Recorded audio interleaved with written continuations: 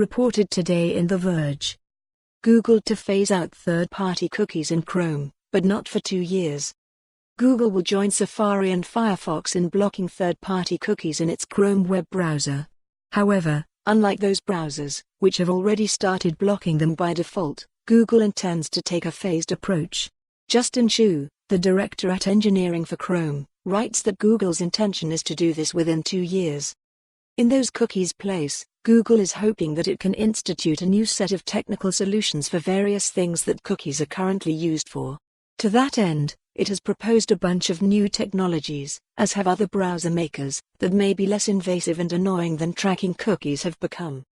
These new technologies are supposed to make it easier for advertisers to target certain demographics without laser sighting down to specific people, ensure that the infrastructure many sites use for logins don't break, and help provide some level of anonymous tracking so advertisers can know if their ads actually converted into sales.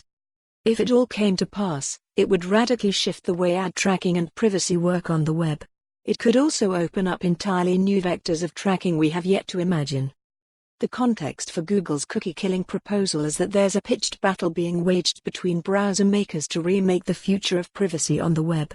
On the one hand are browsers like Safari and Firefox, browsers with code that increasingly take an absolutist stance against cross-site tracking. On the other is Google and Chrome, whose developers are trying to cut down on tracking without kneecapping revenue for websites. The difference between them all isn't just whether and how to implement that tech, but when.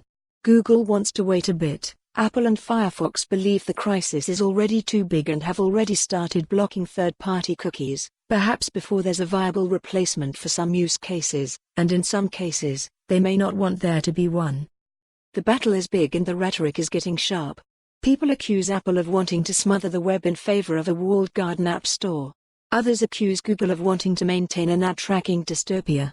Google worries that cutting off cookies now will encourage bad actors to switch to harder-to-stop fingerprinting methods, but then everybody notices that it's awfully convenient that Google doesn't want to stop ad tracking until later. But because these are web people, the fights are happening in places you're probably not really watching: email lists, GitHub, and W3C panels and working groups. Compared to other tech fights, it probably looks relatively tame and, like all standards bodies, moves quite slowly. But the stakes are sky high. A huge proportion of the ads you see on the web are driven by third-party cookies. For more on this story, visit the news article link.